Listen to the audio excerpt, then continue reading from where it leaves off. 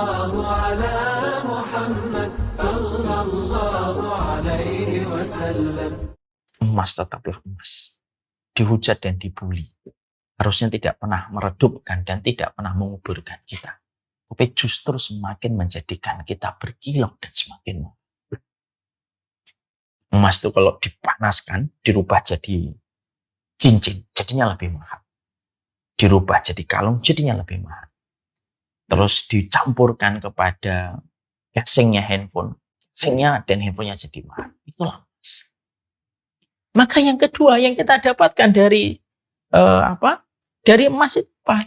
Dia tidak akan pernah menjadi kecil hatinya. Dia tidak akan menjadi rendah hanya disebabkan orang itu ketika menghujatnya. Hujatan itu konsekuensi logis ketika kita hidup pasti akan menghadapi hujatan. Sebelum engkau dihujat, sebelum saya dicela, Allah itu aja dihujat. Allah aja dicela. Qurannya dibakar. Padahal yang memberikan rezeki kepadanya itu Allah. Itu pun dihujat dan dicela. Itu pun dihujat dan dicela. Loh apalagi kita manusia, Rasulullah dicela dan dihujat. Kalau Rasulullah Shallallahu Alaihi Wasallam saja, beliau itu dicela dan dihujat, padahal mereka adalah manusia terbaik pada kehidupan kita, maka itu sesungguhnya Allah itu sesungguhnya begitu sempurna, apalagi kita, semacam kita pada kehidupan kita.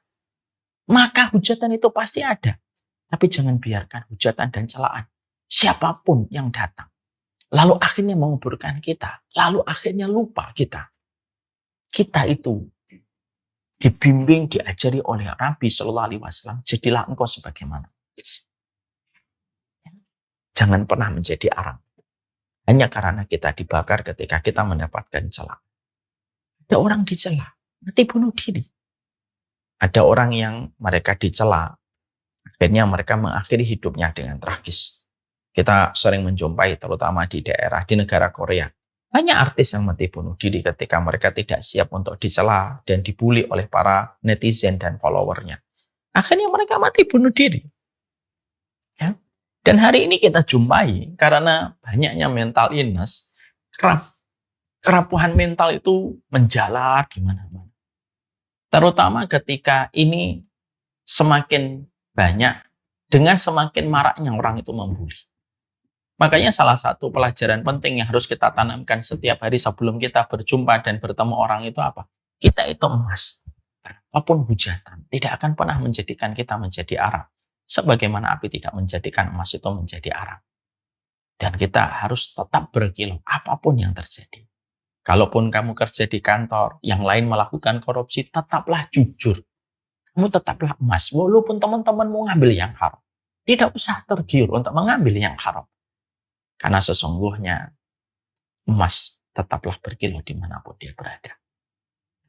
Makanya akhirnya inilah yang kita jumpai dan kita dapati. Saya teringat sebuah kisah yang kemarin saya sampaikan di satu majelis ya. Saya teringat kepada satu kisah dari seorang ulama yang bernama Al-Baqilani. Al-Baqilani itu ulama besar. Beliau pernah diundang oleh seorang raja Romawi yang ingin mendebat beliau, perwakilan kaum muslimin, yang mana Raja Romawi ini mewakili agama Nasrani. Al-Baqilani diundang ke kerajaannya, Al-Baqilani datang. Ketika Al-Baqilani datang ke kerajaan Romawi, sang Raja Romawi itu mempersiapkan beberapa tipe muslihat. Yang pertama, dia tahu orang-orang mukmin, para sahabat, para tabiin itu adalah orang yang tidak mau tunduk kepada manusia. Akhirnya Raja Romawi itu membuat tipu muslihat dalam tanda petik. Buatkan pintu kecil yang dia harus melewati pintu itu sebelum dia berjumpa dengan saya. Ya, supaya dengan harapan sang raja itu melihat Al-Baqilani merunduk kepada sang raja. Langsung para pengawal-pengawal sang Raja Romawi ini membangun sebuah pintu kecil supaya nanti Al-Baqilani pas datang, dia akan merunduk kepada sang Raja Romawi. Selain itu, maka sang Raja Romawi mempersiapkan pastor dan pendeta atau pendeta-pendeta yang terkenal dengan kepintarannya dan kepandaiannya untuk mendebat agama Islam yang diajarkan oleh Al-Baqilani. Hari hanya sudah datang. Datanglah Al-Baqilani ke kerajaan Romawi karena dia diundang sebagai perwakilan duta kaum muslimin. Datang Al-Baqilani dengan penuh pride, dengan penuh izzah. Dia sama sekali tidak gentar, tidak sama sekali dia merasa risih dan apapun. Pas ketika sudah mulai menuju ke singgasana sang Raja Romawi, Al-Baqilani mendapatkan tidak ada jalan kecuali harus melewati pintu kecil.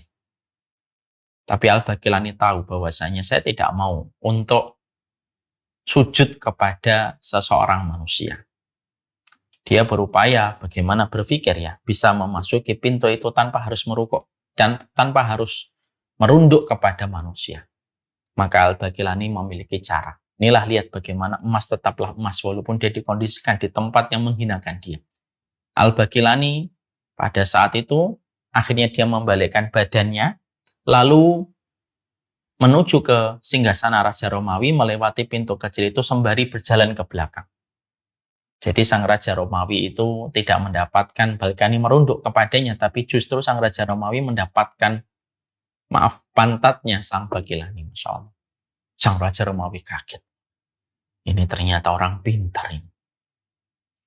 Baru setelah itu masuk, dia menyampaikan salam kepada Raja Romawi dan pada seluruh para pendeta ataupun pastor yang saat itu sudah disiapkan oleh sang Raja Romawi.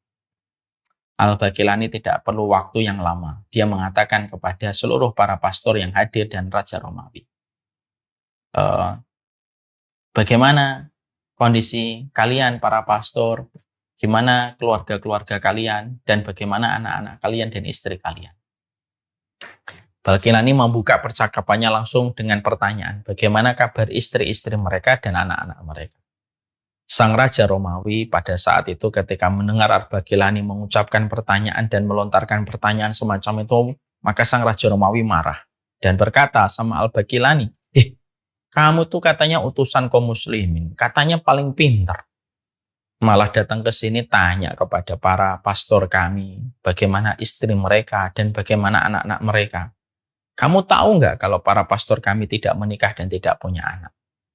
Al-Baqilani tersenyum. Lalu Al-Baqilani bertanya yang kedua, kenapa pastor-pastor itu tidak menikah dan tidak punya anak? Lalu dijawab sama sang Raja Romawi, para pastornya belum menjawab itu. Sang Raja Romawi langsung mengambil jawaban. Karena kami mensucikan para pastor itu, sehingga mereka tidak perlu punya anak gitu, supaya mereka hidupnya suci.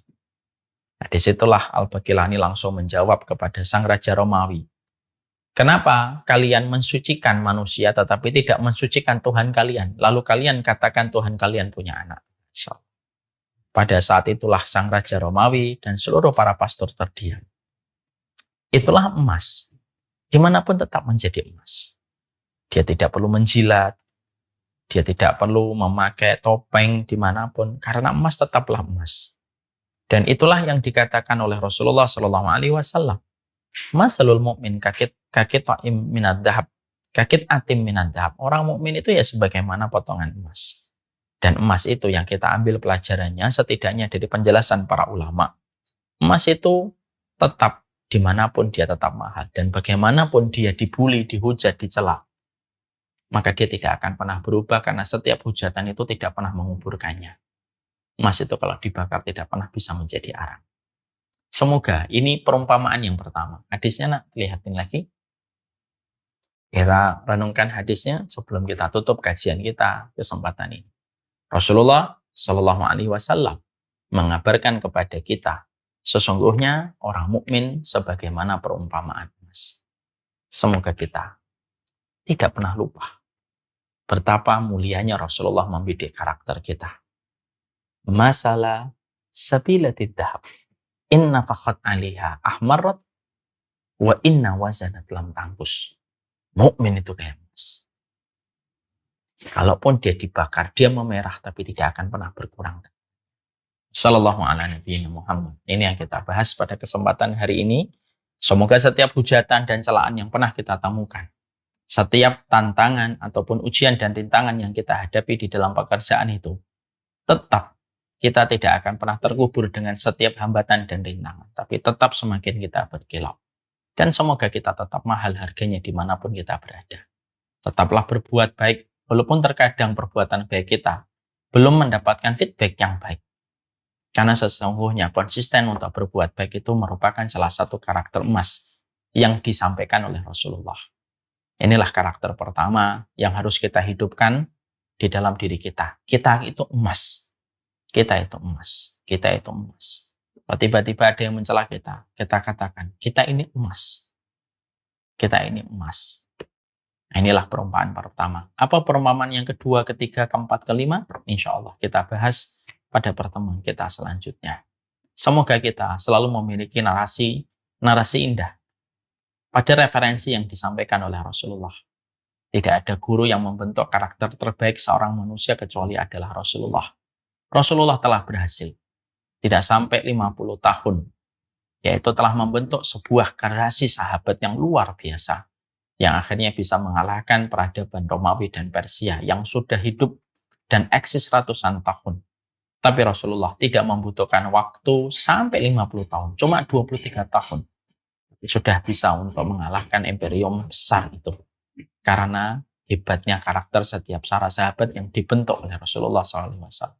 Semoga kita bukan hanya pandai beribadah, tapi kita memiliki karakter indah dan hebat pada status kita sebagai seorang muslim.